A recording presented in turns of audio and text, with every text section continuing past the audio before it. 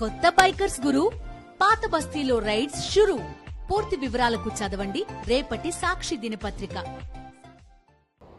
ఇలాగే ఆరోపణ చేస్తుంటారు ఎప్పుడు కూడా. ప్రతి విషయం కూడా ఇన్ని పవిత్రమైనటువంటి మంచి జరుగుతుంటే కూడా ఏ రోజు కూడా దీని గురించి ఆలోచన చేయకుండా నిందలు మోపేటువంటి కార్యక్రమం. గతంలో ప్రియతమ నాయకుడు రాజశేఖర రెడ్డి గారు ముఖ్యమంత్రిగా ఉన్నప్పుడు ఇలాంటి నిందలే. ఆయన 2 కొండలు చేశాడని చెప్పి. అవునా, 2 కొండలు ఎందుకు చేశారు అని చెప్పి ఆ కాలంలోనే స్టడీ చేస్తే అప్పుడు స్థానిక సంస్థలకు సంబంధించి తిరుమలలో కూడా స్థానిక సంస్థల ఎన్నికలు జరగాల అని చెప్పి ఒక వ్యక్తి పిటిషన్ వేస్తే కోర్టు డైరెక్షన్ ఇచ్చినప్పుడు కోర్టుకు సమాధానం ఇవ్వాల్సినటువంటి పరిస్థితి ఉంటుంది. కాబట్టి పలాని స్వామికి సంబంధించి 27 చదరపు కిలోమీటర్ల వరకు ఇది ఒక హోలీ స్ట్రైన్, ఇది ఒక హోలీ సిటీ మాదిరి ఉండాలి, ఇక్కడ రాజకీయాలు ఉండకూడదు, ఈ ప్లేస్ హోలీ ప్లేస్ కిందకి వస్తుంది అని చెప్పి గతంలో కూడా ఆయన రాజశేఖర్ గారు జీవో ఇస్తే దాన్ని తప్పుదోవ పట్టించి 2 కొండలు చేశారని మాట్లాడారు. అప్పుడు గౌరవ పెద్దలంతా కూడా స్వాములందరూ కూడా రాజశేఖర రెడ్డి గారిని కలిస్తే, సార్ ఇలా అనుకుంటున్నారు, ఈ జీవో లేకుండా చేస్తే ఏది బాగుంటుంది అని చెప్తే ఆయన పాజిటివ్గా ఆలోచన చేసి చుట్టుపక్కల ఉన్నటువంటి అన్ని దాదాపుగా 360 చదరపు కిలోమీటర్లు చేయాలి అన్నటువంటిది విన్నపం చేస్తే చేయటానికి ఆయన సిద్ధపడి ఆ రోజు రిజర్వ్ ఫారెస్ట్లో ఉంది, కేంద్రం పర్మిషన్స్ ఇవ్వాలని చెప్పి కేంద్రానికి లేఖ రాసి కేంద్రం ఒప్పించి లెటర్ తెచ్చుకొని 360 కిలోమీటర్లు కూడా తర్వాత చదరపు కిలోమీటర్లు కూడా జీవో ఇచ్చినటువంటి వ్యక్తి రాజశేఖర రెడ్డి గారు. మరి అటువంటి గొప్ప మంచి పనులు చేసి తన హాయంలో వేద పాఠశాలలు కానీ విద్వత్ సదస్సులు జగన్మోహన్ రెడ్డి గారి హాయంలో ఎంతో గొప్పగా జరగడం కానీ ఇవన్నీ కార్యక్రమాలు మంచి కార్యక్రమాలు చేశారు.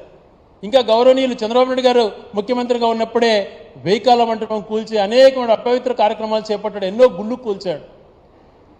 ఈరోజు రాష్ట్రంలో ఆంధ్రప్రదేశ్ రాష్ట్రంలో మీరు 14 సంవత్సరాల్లో ఉన్నప్పుడు ఎన్ని గుళ్ళు మీరు చేశారు, జగన్మోహన్ రెడ్డి గారు 5 సంవత్సరాలలో ఎన్ని గుళ్ళు శాంక్షన్ చేసి ఎంత నిధులు కేటాయించి ఎన్ని గుళ్ళు పనులు మంచి జరిగినాయి, మీరు కూలదర్శన గుళ్ళు కూడా నిర్మించినటువంటి చరిత్ర మాదుంటే మీరు కులాలను రెచ్చగొట్టి హిందువులను వ్యతిరేకంగా చేయాలన్నటువంటి ఆలోచన రావడం దుర్మార్గం. దేవుణ్ణి నువ్వే సొంతం చేసుకోవాలన్నటువంటి ఆలోచన నీకు రావడం చాలా దుర్మార్గమైనటువంటి చర్య. అందుకే నిన్న కరుణాకర్ రెడ్డి గారు ఏమో ఎమోషనల్ కూడా చెప్పారు, పొరపాటున ఎవరైనా తప్పు చేసింటే వాళ్ళు రక్తం కక్కుని చచ్చిపోవాలని చెప్పి. మరి నిజంగా అట్లా తప్పు చేసిన వాళ్ళకి అదే జరుగుతుంది. దేవుడి విషయంలో అలాంటి ఎప్పుడు కూడా చేయకూడదు. ఒక్కటొక్కటిగా ఇలా మాట్లాడుకుంటూ పోతే రాష్ట్రంలో ప్రస్తుత పరిణామాలలో 100 రోజులలో నువ్వు చేయాల్సిన కార్యక్రమాలు ఉన్నాయి. ప్రజలు ఎన్నో అడుగుతున్నారు, నువ్వు ఇచ్చిన హామీలు అడుగుతున్నారు.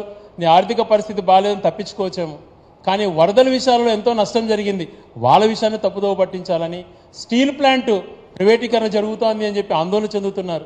ఒక పక్కన వాళ్ళకి ఎంప్లాయీస్కి ఇవ్వాల్సిన హెచ్ఆర్ తీసేశారు, 3000 మందికి పైగా అవుట్సోర్సింగ్ ఎంప్లాయీస్ని తొలగిస్తున్నటువంటి కార్యక్రమాలు జరుగుతున్నాయి. అవన్నీ కూడా ఎక్కడ వచ్చి నన్ను అడుగుతారో అని చెప్పి మెడికల్ కాలేజీలు తెలంగాణలో 8 కాలేజీలు ఇస్తే ఇక్కడ ఇన్ఫ్రా లేకపోయినా వీళ్ళు అంగీకరించారు. అక్కడ 1000 కోట్లతో ఇన్ఫ్రా కట్టి కాలేజీలు రెడీగా ఉన్నాయనంటే మాకు మెడికల్ కాలేజీలు వద్దు అని చెప్పి కేంద్ర ప్రభుత్వానికి లేఖ రాసిన వ్యక్తి చంద్రబాబు నాయుడు గారు.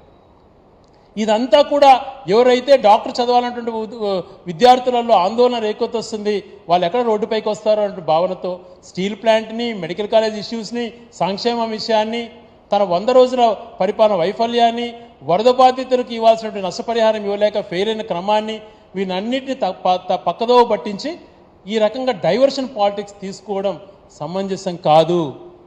ఇప్పటికైనా మీరు ఆలోచన చేయండి, ఇది మంచి పద్ధతి కాదు, దీన్ని కొనసాగించకండి. లక్షలాది మంది బాధపడుతున్నారు. నీకు నిజంగా చిత్తశుద్ధి ఉంటే దానిపైన కమిటీ వేయండి. ఈరోజు గత 5 సంవత్సరాలలో ఆ ల్యాబ్లో కూడా వచ్చిన మార్పులు ఒకసారి వినండి. గతంలో డిఎంహెచ్ఓ దాన్ని సర్టిఫై చేసే పరిస్థితి ఉండేది కొండపైన. అది సరైనటువంటి రీతిలో జరుగుతుందో లేదో అని చెప్పి ఒక రిటైర్డ్ సైంటిస్ట్ని అక్కడ పెట్టారు. 12 మంది ఎంప్లాయీస్ని పెట్టడమే కాకుండా ల్యాబ్ని ఏసీ ఆధునీకరించడమే కాకుండా 2020లో దాదాపుగా 3.5 కోటి, 2022లో అనుకుంటాను 3.5 కోటి ఏదైతే ఇప్పుడు అడల్ట్రేషన్ అనేది అయిన తర్వాత దాంట్లో మిగిలిన డీటెయిల్డ్ రిపోర్ట్ ఇచ్చేటువంటి మెషినరీ కూడా ఆర్డర్ ఇవ్వడం జరిగింది. అక్కడే పూర్తి స్థాయిలో ఎక్విప్మెంట్ ఉండాలా అని చెప్పి ఆలోచన కూడా చేసినటువంటి విధానం ఉంది. ఇటువంటివన్నీ గమనించుకోకుండా నింద వేయడమే నా అజెండా అనేటువంటి రీతిలో వ్యవహరించడం సరైనటువంటిదే అని చెప్పి ఆలోచన చేయమంటున్నాను. ఏ ఒక్కరు తప్పు చేసినా ప్రశ్నించాలి, ముఖ్యంగా సెంటిమెంట్ విషయాలలో. తప్పు చేస్తే ఎంక్వైరీ చేసి శిక్షించే విధంగా ఉండాలి. కానీ ఆ సెంటిమెంట్ని రాజకీయంగా ఉపయోగించుకొని రాజకీయంగా లబ్ధి పొందాలా అనే ఆలోచన చేయటం సమంజసం కాదు అని చెప్తున్నాను. ఈరోజు నేను వైఎస్ఆర్ కాంగ్రెస్ పార్టీ మనిషిని కావచ్చు, కానీ వైఎస్ఆర్ కాంగ్రెస్ పార్టీని భుజాన వేసుకొని మాట్లాడాలన్నటువంటి దానిపైన రాలేదు. ఈ విషయం పైన ఈ ఇష్యూ జరుగుతున్నటువంటి పరిణామం మంచిది కాదు. నీకన్నా గొప్పగా ఆలోచన చేస్తాం. ఈరోజు టీటీడీ 3,000 కోట్ల పైగా బడ్జెట్గా ఉంది. దాదాపుగా 1,000 మంది ఉద్యోగస్తులు ఒక సంవత్సరానికి 1,000 కోట్ల పైగా పెన్షన్స్ రూపేణా, జీతాల రూపేణా చెల్లిస్తారు. కొన్ని లక్షల మంది దైవ సన్నిధిలో బతుకుతున్నారు, డైరెక్ట్గా ఇండైరెక్ట్గా. ఎంతో మంది భక్తి శ్రద్ధలతో అక్కడికి వచ్చే పరిస్థితి ఉంది. అటువంటి మహా ఆలయాన్ని కూడా నీ రాజకీయానికి బలి చేయొద్దు అని చెప్పి కోరుకుంటున్నాం. ఎవరికైనా కూడా చిత్తశుద్ధి ఉండాలి. చిత్తశుద్ధి లోపించినప్పుడు, రాజకీయంగా ప్రజలకు మేలు చేయనప్పుడు ఇటువంటి ఆలోచనలు వస్తాయి. ఇటువంటి ఆలోచన దుర్మార్గానికి ఒడిగట్టే పరిస్థితి వస్తుంది. ఇటువంటి పరిస్థితులకు ఒడిగట్టినందుకు నువ్వు రాష్ట్ర ప్రజలకు క్షమాపణ చెప్పాలి. రాబో రోజులలో ఇంకా కఠినంగా వ్యవహరించాలి. ఒక నెయ్యే కాదు, మిగిలిన ఇండిగ్రెంట్స్ ఏవైతే ఉన్నాయో అవన్నీ కూడా నాణ్యంగా ఉన్నాయా లేదా అని చెప్పి పరీక్ష చేసుకోవాలి.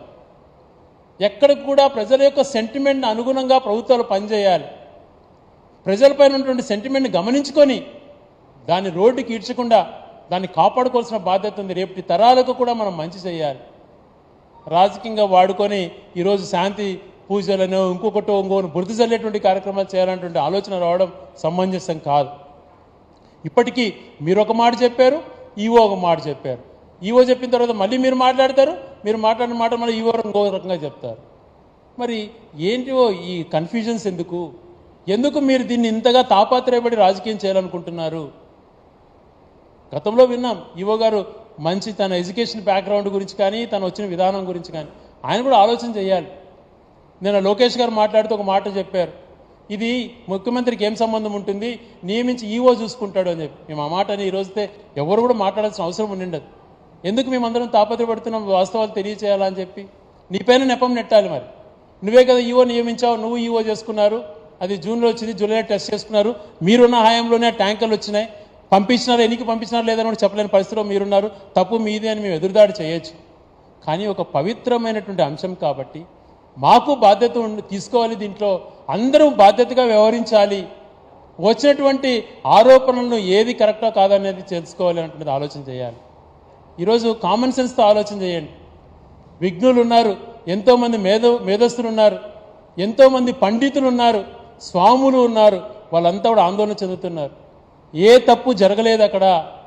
ఒకవేళ జరిగినంటే ఏఆర్ ఫుడ్స్ వాళ్ళ నెయ్యిని వెనక్కి పంపించకుండా అక్కడ ఆ రోజు జూన్లో వీళ్ళు జూలైలో కక్కుర్తిపడి ఆ ట్యాంకర్లను అలో చేసినంటే అది కూడా బయట పెట్టాలి. ఏదైనా జరిగింటుందేమో కానీ, లేకపోతే ఎటువంటి పరిస్థితులు ఏ ఒక్కరు తప్పు చేయరు.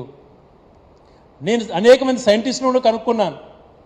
సైంటిస్ట్ చెప్పే ప్రకారం అడల్ట్రేషన్ ఉన్నదే అని చెప్తారు, కానీ వీళ్ళు చెప్పినట్టుగా ఆ బీఫ్ ఫిష్ ఆయిల్ ఉంది అనేటువంటిది మాటలను అంత ఈజీగా నిర్ధారించలేము, సస్పెక్ట్ మాత్రమే అనేటువంటి మాట మాట్లాడుతున్నారు.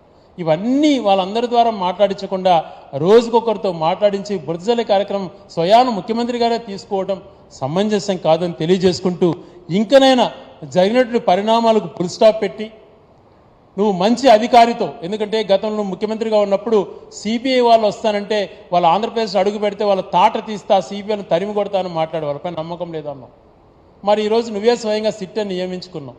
సిట్ కన్నా ఇంకా ఎవరైనా నిజాయితీ పరులు, దైవభక్తి కలిగినటువంటి వాళ్ళతో, వెంకటేశ్వర స్వామి ముందర తడిబట్టలతో స్నానం చేసి ఎంక్వైరీ ఫైల్ తీసుకునేటువంటి మంచి వ్యక్తులతో రియల్గా ఎంక్వైరీ చేయించి వాస్తవాలను వక్రీకరించకుండా, స్వార్థాలకు పోకుండా, ఇగోకు పోకుండా జరిగింది ఏంది అన్నటువంటిది ప్రజల ముందరకు పెట్టాలని కోరుకుంటూ, రాబో రోజులలో ఇటువంటి పరిస్థితులకు ఎటువంటి ఆస్కారం ఇవ్వకుండా ఉండాలని చెప్పి తెలియజేసుకుంటూ, ఆ వెంకటేశ్వర స్వామి కలియుగ దైవమైనటువంటి వెంకటేశ్వర స్వామి పైన ఉన్నటువంటి నమ్మకాన్ని ఒమ్ము చేయాలన్నటువంటి ఆలోచన మీకు రాకుండా ఆ పవిత్రతను కాపాడుకొని రాబో రోజులలో, ఎందుకంటే 3,000 కోట్ల బడ్జెట్లో శాలరీసే కాకుండా అనేక మెడికల్ కాలేజెస్లు కానీ, తర్వాత అనేకమైన ఎడ్యుకేషన్ ఇన్స్టిట్యూషన్స్ కానీ, దేవాలయాల అభివృద్ధి కానీ, ఈరోజు తెలంగాణలో కానీ, ఆంధ్రప్రదేశ్లో కానీ, ఢిల్లీలో కానీ, మహారాష్ట్రలో కానీ, కాశ్మీర్లో కానీ, ఎక్కడ కూడా దేశమంతా కూడా నిర్మిస్తున్నటువంటి ఆలయాలకు సంబంధించి ఎంతో పవిత్రత ఉంది. కాబట్టి దీన్ని కాపాడుకోవాల్సినటువంటి